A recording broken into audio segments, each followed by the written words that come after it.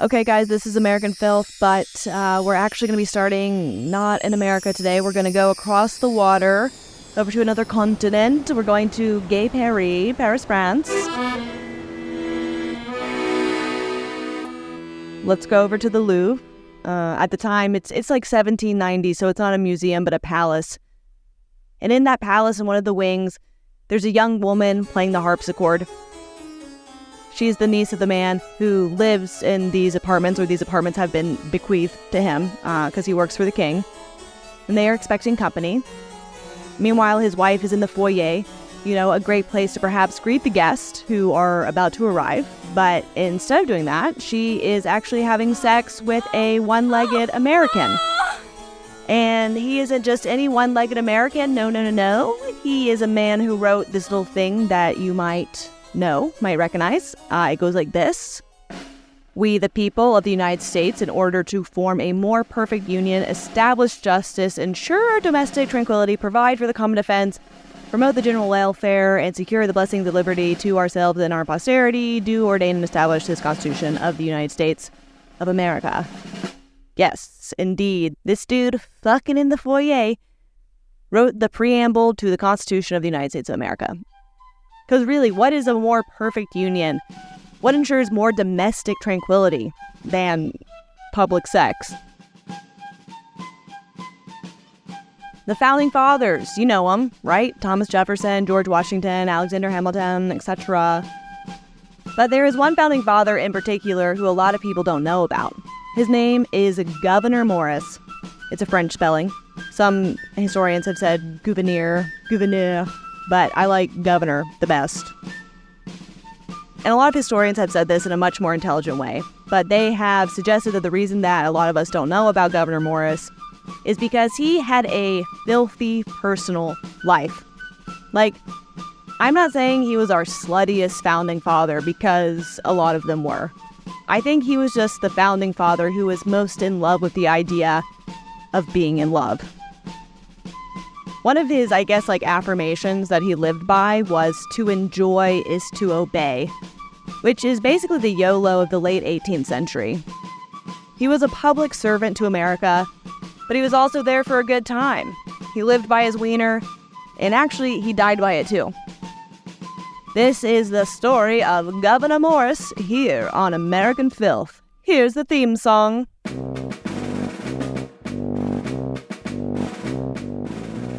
This is American Filth, and I'm your host, Gabby Watts. Every week, I bring you a different filthy story from American history. Today's episode, Living and Dying by the Wiener.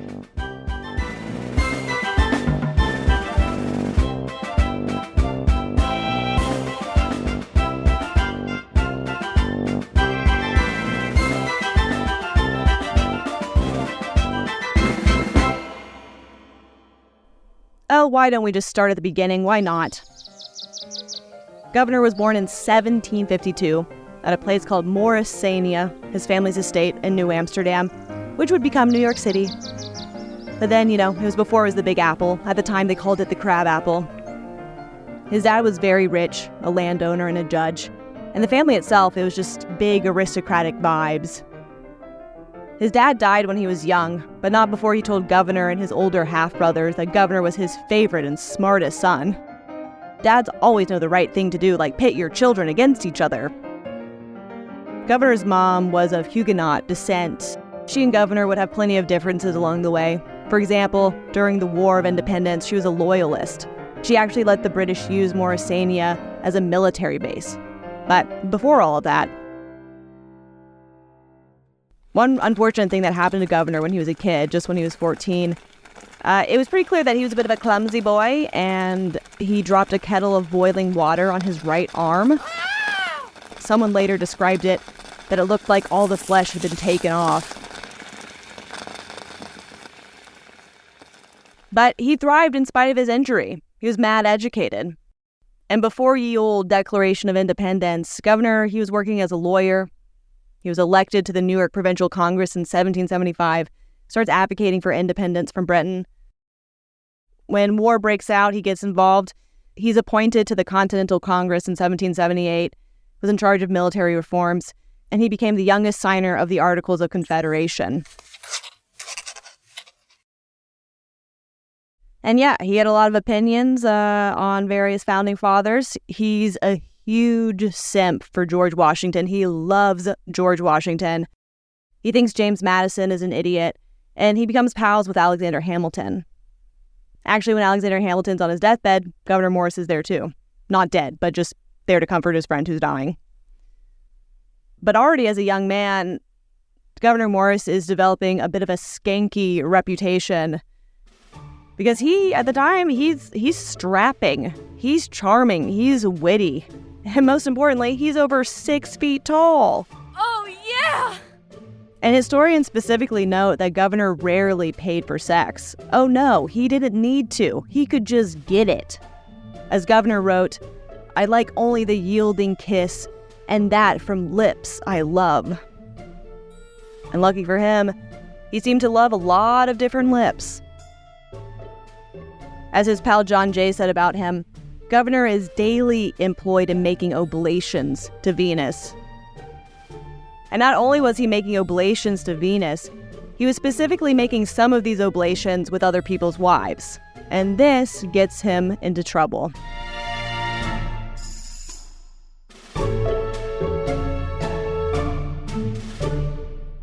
So let's meet up with Gouverneur Morris in May 1780. He's moved to Philadelphia. That's good for his business as a lawyer and as a merchant, but it's also good for his personal life, because Philadelphians at the time had a pretty liberal view of sexuality. In general, the Revolutionary period was pretty debaucherous. People were drinking a shit ton, like 5 drinks a day on average. There were lots of, bawdy houses, whore houses. People were banging, and not just to have kids, like for fun, men and women, in and out of marriage, and sometimes in someone else's marriage. So the governor's there in the middle of all of that, and he's about to lose a leg because of it. The story goes like this. It's a nice-ass day in May 1780. Governor is not at work. He's not at home. No, he's at the apartments of some other dude, banging that dude's wife. But in the middle of their oblations to Venus, the husband comes home early and catches them in the act. What the hell? That's my wife, dude. Oh no! Fearing for his life, his junk, and just general bodily harm, Governor gets the hell out of there. And he does it the quickest way possible, by jumping from the balcony. But when he landed, he probably heard a series of cracks, because with that jump, he had just totally fucked up his ankle. He gets rushed to the doctor, and the doctor's like, "Dang, this is so bad, we're gonna have to take off the entire bottom half of your leg." That's obviously a very stressful situation, especially because at the time, 1/3 of people who got amputations die. But Governor was like, do what you gotta do, and he got his leg sawed off.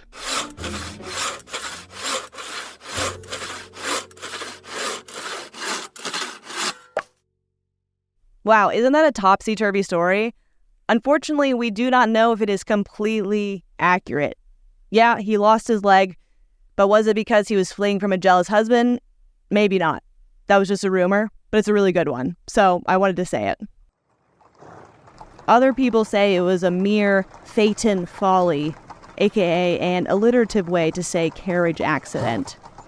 One of Governor's associates described the accident like this. He was riding out in a phaeton, and the horses, taking a fright, ran away in the street, struck the carriage against a post, broke it all to pieces, and in the shock fractured Mr. Morris's ankle. Wow, much less exciting. But Governor did lose a leg, and the real doozy of the situation was that when the amputation happened, Governor's regular doctor was out of town. And then when his doctor was back in town, he was like, "Hey, actually, that other doctor made a really bad call. You probably didn't need to amputate your leg." Well, shit, I hate when you lose your leg for no reason. But Governor, he took it like a champ. One of his friends was trying to make him feel better about it, and Governor was like, "My good sir, you argue the matter so handsomely and point out so clearly the advantages of being without legs that I am almost tempted to part with the other. Ha ha ha ha, isn't he funny?" Governor's other friends also ragged on him about it. John Jay threw some serious shade when he said that it might have been better if Governor had lost something else. For the rest of his life, Governor wore a simple wooden leg made from oak with a wooden knob at the end of it, another addition to his scarred arm from his childhood injury. But again, it didn't really slow him down. He still went out dancing, boating, running around the town, and he even continued his pursuit of married women. Whoops. And that started right after the amputation. His recovery process was under the supervision of an extremely hot MILF with great taste in French fashion. Her name was Elizabeth Plater, the wife of George Plater, who would be the governor of Maryland. Governor was completely besotted by Elizabeth. He sweet-talked her, and she was like, "Okay, I see what you're doing. I'll give you some attention, whatever." After his recovery, he wrote her a letter saying, "The wish is in your own power, but I will say no more on the subject lest I should go too far, as I have once or twice done. Only be assured that nothing would give me so much pleasure." Once or twice? Is he flirting, or is he referencing something else they did together? But every smart MILF knows that there's a time to stop fooling around with these foolish young men. So she was like, "Hey, sorry. You need to move on." Governor was quite sad about it. But blah, blah, blah, blah, blah. The revolution is still going on. Lots of people are dying. And then the British eventually signed the peace articles in November 1782, blah, blah, blah, blah, blah. The Articles of Confederation aren't working, blah, blah, blah, blah. Delegates convene in Philadelphia in May 1787 for the Constitutional Convention, la, la, la, la, la. Gouverneur Morris was one of the delegates from Pennsylvania, and he was ready to talk. Over the course of the convention, he spoke 173 times, which was loads more than anyone else. And Governor, he had interesting beliefs. He was very anti-slavery, but he also thought that poor people shouldn't vote. So, confusing. And then he drafted up the preamble to the Constitution and wrote those famous lines, "We the people." And while that's all well and good, let's get back to the filth.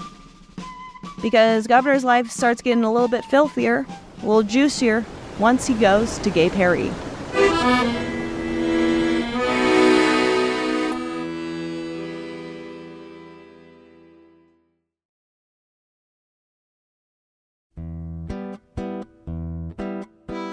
Gouverneur Morris moved to France in 1789, originally as a businessman, and then he eventually became the American minister to France in 1792.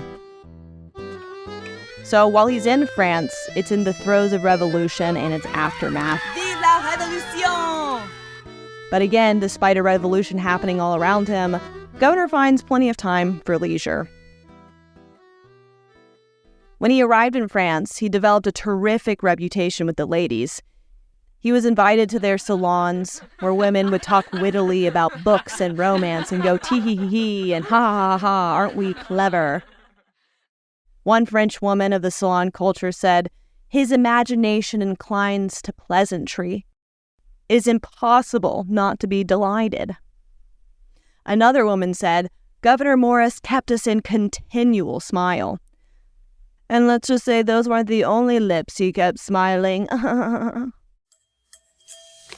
When he's in France, Governor keeps a vivid diary of everything that's happening. And the diary is filled with descriptions of the war, of revolution, of the politics, but it is also filled with innuendos about sex. Here are some of the things he would call sex: the act, the operation, communicate the joy, the usual amusement, love's disport, hymeneal rites, joining in fervent admiration to the Cyprian queen, celebrating. And one thing I like about him is that he says mutual pleasure, and we embrace to mutual satisfaction, which through great historical analysis that I'm making right now, I'm pretty sure that means that he would make the ladies come. What a good sport. Oh, yeah. And in France, he not only banged, but it also appears that he liked to bang in public. Like one time he wrote, "Immediately I take Madame on my lap, and at the imminent risk of discovery by 2 doors and 1 window, perform the act. Now, Governor had many sexcapades, more than we can know, because there aren't records about all of them, obviously. But the ones he records in his diary, a lot of them are with one special lady that he met in France. Her name was Adelaide Filieu, Comtesse de Flahaut. Most people just called her Adele. She was a very chic lady, would host très chic salons. Governor and Adele met in 1789. At the time, she was 28 and he was 37. And when they met, Morris wrote about her that she was a most pleasing woman.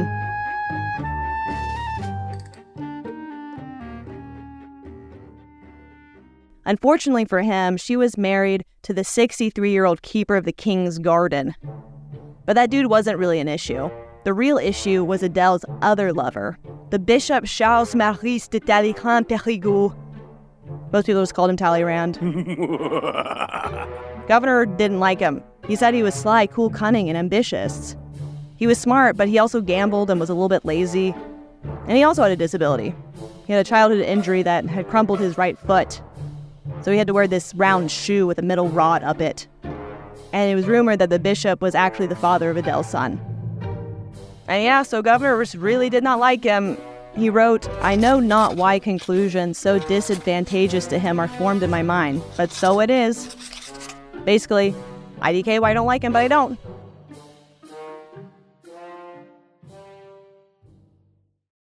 But despite the husband, Adele and Governor banged for the first time on July 27, 1789, and they banged everywhere.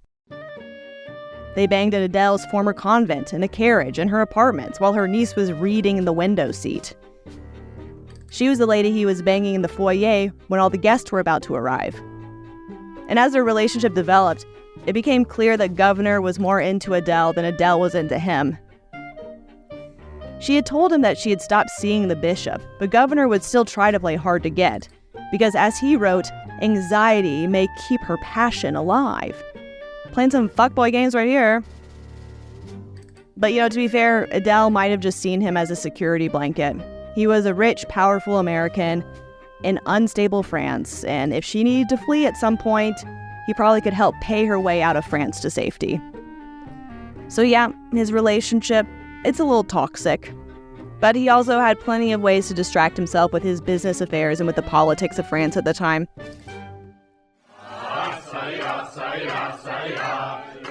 And even though Governor was a founding father of America, the land of independence, he was a big old simp for the French nobility.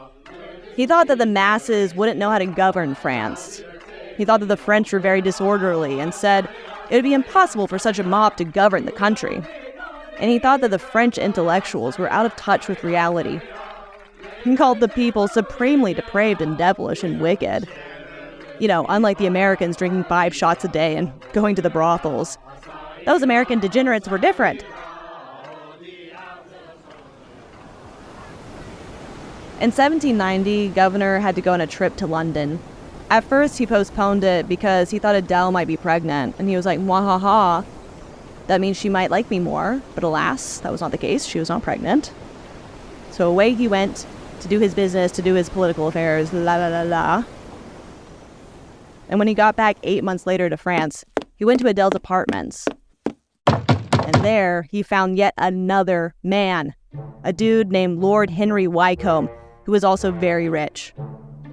And Adele was like, "Governor, I think I just want to be friends." And Governor was devastated. He was like, "My bosom is torn with anxiety, and I find in my left arm as well as in my left breast a physical sense of grief." He also assumed at that point that she was also still seeing the nasty bishop.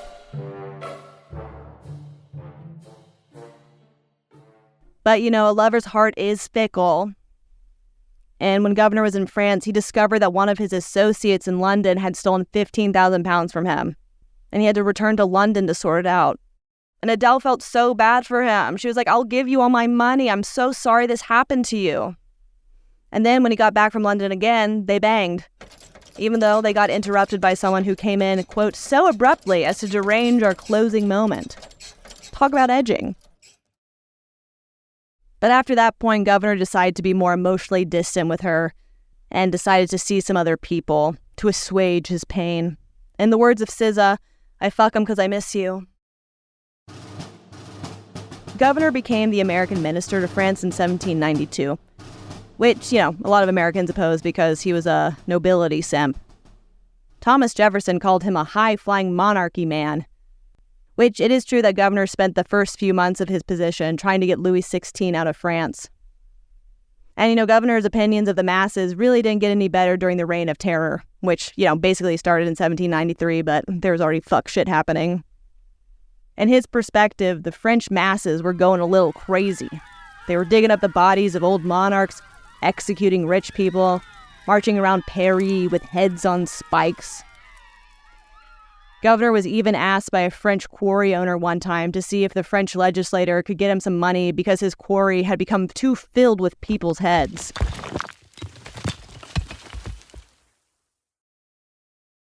It's at this point where Governor's slutty life kind of takes a turn and instead turns to great heartache. He was probably feeling pretty low, not only with the terror, but because Adele had been able to obtain a passport for her and her son to flee France to London. The bishop was also able to flee, but her husband, well, he was one of the many people to get executed. And, once the terror was raging, Louis XVI, he was executed in January 1793. Governor was having a harder and harder time getting Americans and other friends out of France. Also, the Americans back home, they started seeing him as a failure because he was not able to rescue Lafayette, who had been exiled from France and was in an Austrian prison because, France is also at war with Austria at this point. Like, truly, the French Revolution, a clusterfuck. Just do one thing at once. Also, Thomas Paine was imprisoned, and Governor couldn't get him out either. So in August 1794, a new minister to France is appointed, and Governor skedaddles out of there. But not before taking some of the king's furniture with him. In particular, he took this one chair that Louis XVI would sit in whenever he would visit Marie Antoinette in her apartments, and then he also took several bottles of Marie Antoinette's wine. So Governor's getting out of France. He's not feeling too good. He's seen a lot of heads on spikes. That's got to make you feel pretty bad.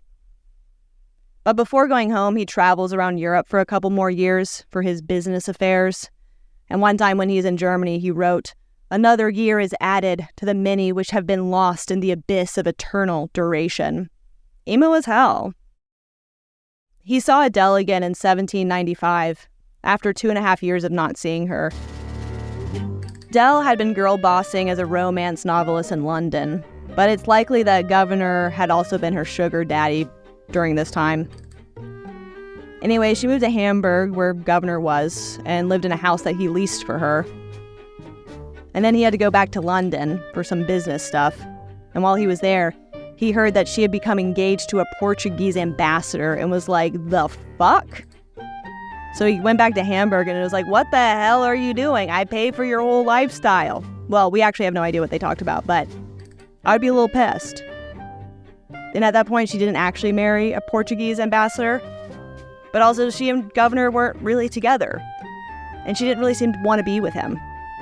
What she really wanted was she wanted to move back to France. So a couple years later, in 1797, she moved back, and Governor never saw her again.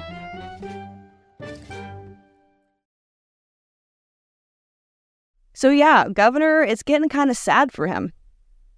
He's feeling a little burnt out, I imagine. In 1798, he comes back to the United States, and he remains a bachelor for 10 more years. He spent some time rebuilding his house, Morrisania. He becomes a senator, but then he didn't get reelected. But, he still hadn't lost his charm. He had some other affairs. One with a poet who was classic, married to another man. But something else was getting him down too. And I don't mean emotionally. I mean penisally. Since 1794, he had been experiencing a weird pain in his wiener.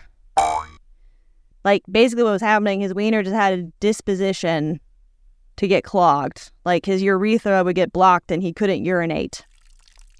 Maybe just like a major UTI, or basically what I'll call clogged wiener syndrome. And back in his day, they did have catheters, Benjamin Franklin had even innovated a new type of catheter for his brother. But Gouverneur Morris developed his own methods for unclogging his peen, and I wouldn't say they were great. For example, one of Governor's friends wrote that one time Governor's wiener had gotten clogged and that he had used a flexible piece of hickory to unclog it. And the thing is, this DIY approach to healthcare, it would lead to his demise. So let's fast forward back to 1809. He's 57, and on Christmas Day, much to the surprise of his family, he marries his 34-year-old housekeeper, Nancy, just right there at Christmas supper.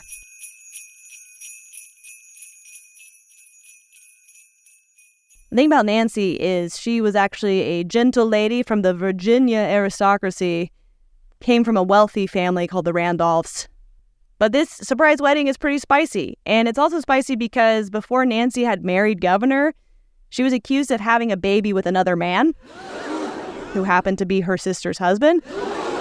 And then the baby mysteriously died. And then the sister's husband mysteriously died. No! But Nancy and Governor, they seem to have a good life together. They have a child named Governor Jr. You know, he's helping build plans for New York City, the building of the Erie Canal. And then confusingly, during the War of 1812, Governor is like, I think the Constitution is garbage. We should tear it up and break up the nation. But this whole time, Governor's wiener is giving him lots of pain. And he's also inherited some zesty gout. It's 1816. He's 64. And one fatal day, he gets another blockage. And he decided to yet again unclog his wiener DIY style.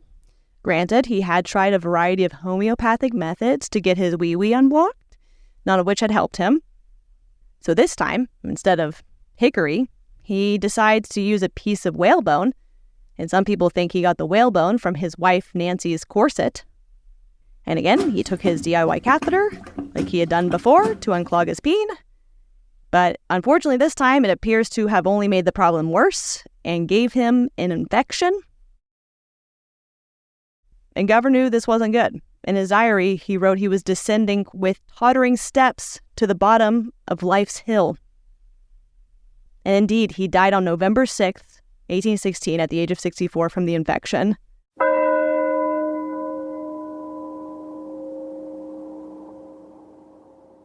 Some people think that his blockages could have come from the fact that he might have had prostate cancer, but we'll never know for sure. But I like to think the governor had banged so much in his life that his penis just gave out. So to all the slutty fellas out there, just watch out. Learn a lesson from Governor. Also, if you want to get with women, maybe lose a leg. This is American Filth. American Filth is a production of School of Humans and iHeart Podcast. It's hosted by me, Gabby Watts. I wrote this episode. I sound designed it. That's why it sounds so amazing. Thank you so much. The theme song was by me and Jesse Neiswanger. The executive producers are Virginia Prescott, Elsie Crowley, and Brandon Barr.